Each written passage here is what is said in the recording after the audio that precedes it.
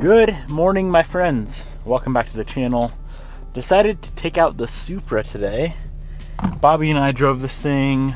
Today is Wednesday. We took it out on Sunday for our little Sunday hangout session, and it was enjoyable. And it made me want to order parts for the car, specifically like some new wheels and tires, and kind of just make this thing, you know, a little bit cooler, how I want it. So today I'm gonna take it to the shop, and I need to do some measuring. But that is not the point of today's video. Today's a very, very big day in the Evo 10 project. Bobby's Evo 10, I'm talking. Today is paint day. Now on a high-end paint job like we have on the Evo 10, or any paint job, it's very, very important for two things. Number one, don't be rushed. And number two, be in a good mood. Piston, stop pawing me, brother. If you're all stressed out when you try to go paint, it never turns out good. And if you're in a rush, usually that also stresses you out, which your paint ain't gonna turn out good like that either. So don't be in a rush, be in a good mood, hang out with your dog like I am, and drive a Supra like I am, and that'll put you in a good mood. Stay.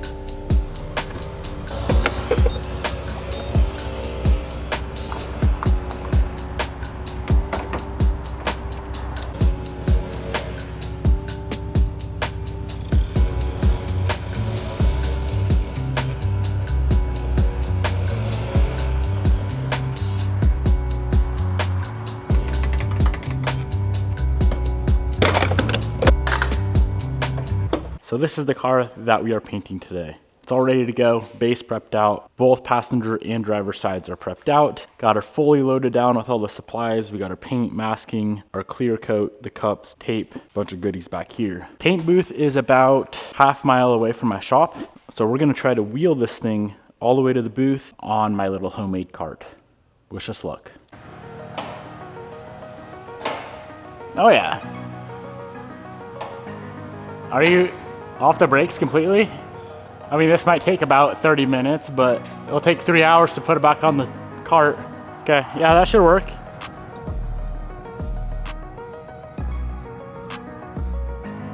We just got the car loaded up in the booth. First thing we need to do is go through and get this thing completely masked.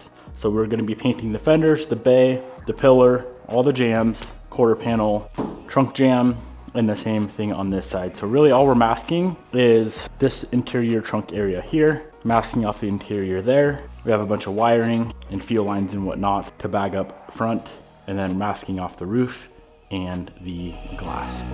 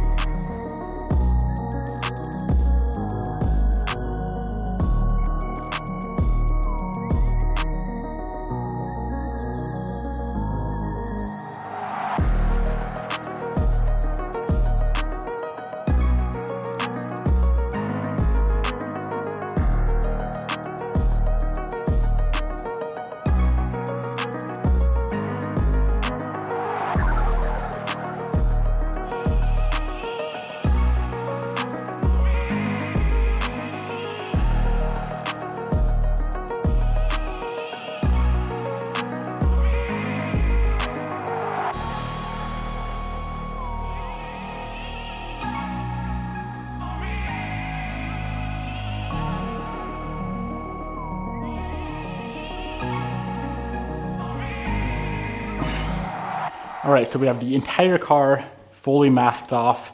Now we're gonna go through and get everything cleaned up with wax and grease remover and some nice lint-free shop rags.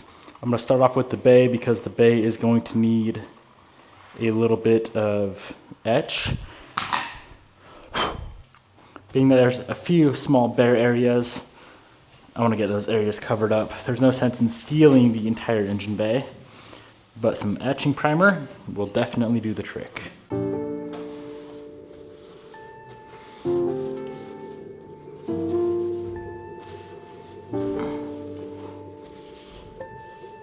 You know, there's only one area on this entire engine bay that's bare metal. Just one tiny little area.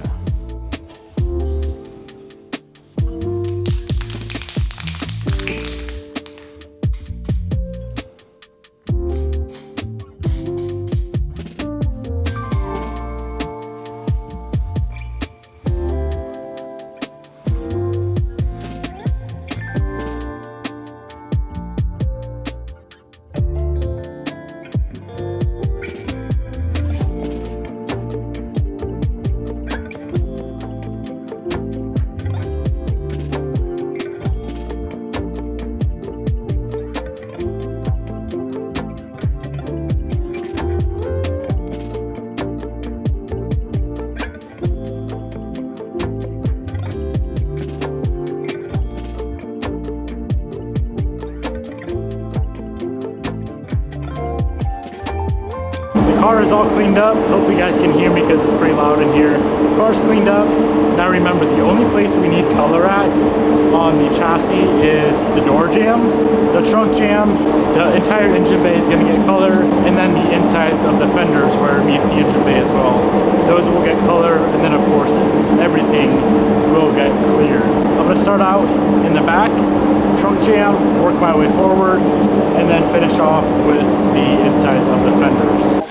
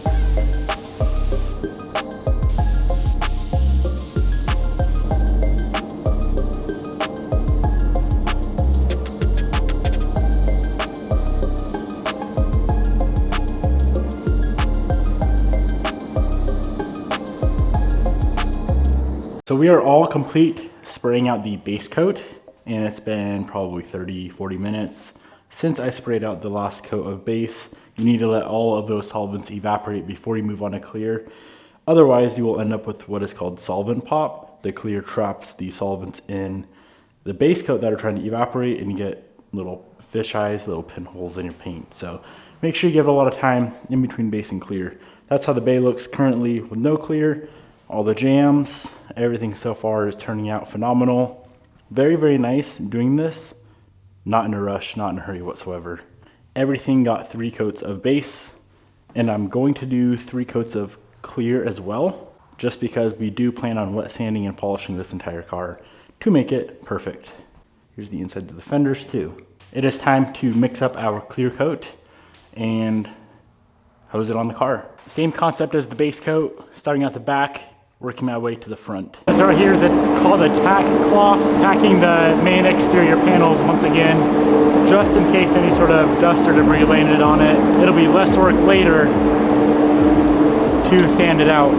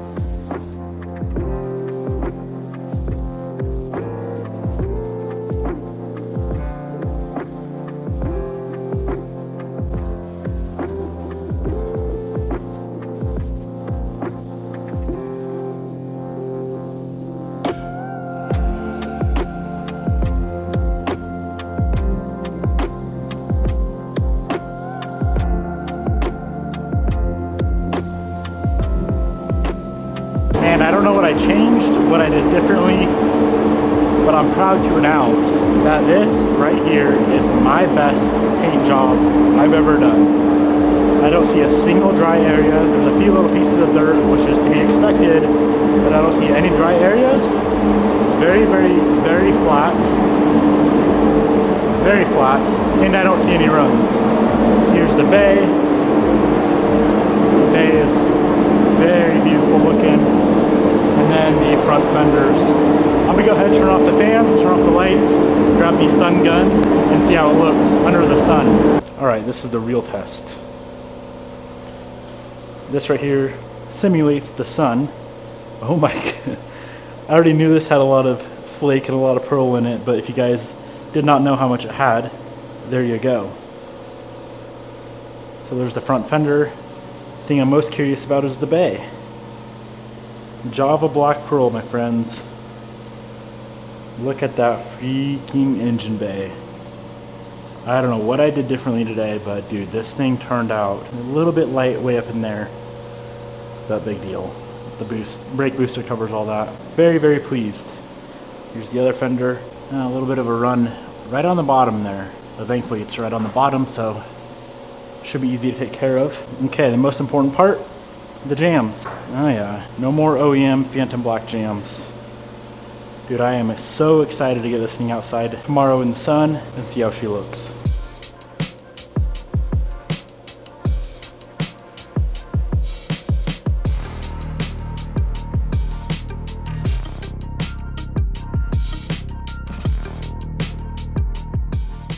All right, so I'm gonna leave that thing in the booth overnight.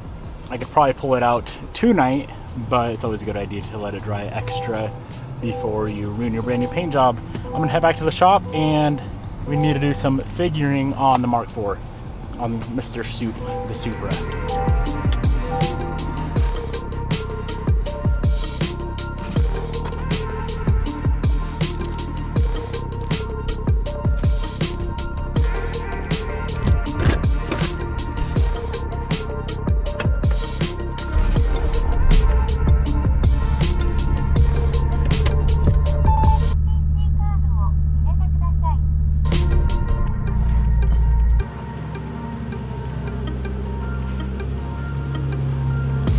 I told myself after I drove this car on Sunday that I am going to sit down and figure out what wheels, at minimum, what wheels I want to put on the car. I like the CCWs that are on here, but I don't love them. They're a great wheel. They're a very expensive 2 or 3 piece wheel, but I don't love them on this car. So my main goal for right now is to figure out what wheel specs I actually want to get for the car. If you do reading online, it's not very clear like it is with other chassis, I guess you could say. Like it's clear what to run on an Evo 10, but it's not very clear what people recommend to run on a Mark IV. It's kind of all over the place. I'm gonna be going probably a 19 by 10.5 or 19 by 11 in the rear. So that's the main thing. The front, I think I got figured out, but the rear, we need to get sorted. So either I can measure the current wheels that are on here, figure out what specs those are and go off of that, or I can grab some other random wheels I have laying around the shop, some TEs, like Bobby's wheels, for example. Those are 18 by 10.5 plus 22 and see how those fit on the car. So let's get these CCWs off and do some figuring. I know it's not very interesting, but I figured I'd show you guys the behind the scenes. Plus you haven't seen the Supra in forever. You know what else this car needs is those guys replaced. So if you do the, what is it, the 99 headlights, OEM, black housing, they look so good, and you can still order them. Brand new OEM from Toyota.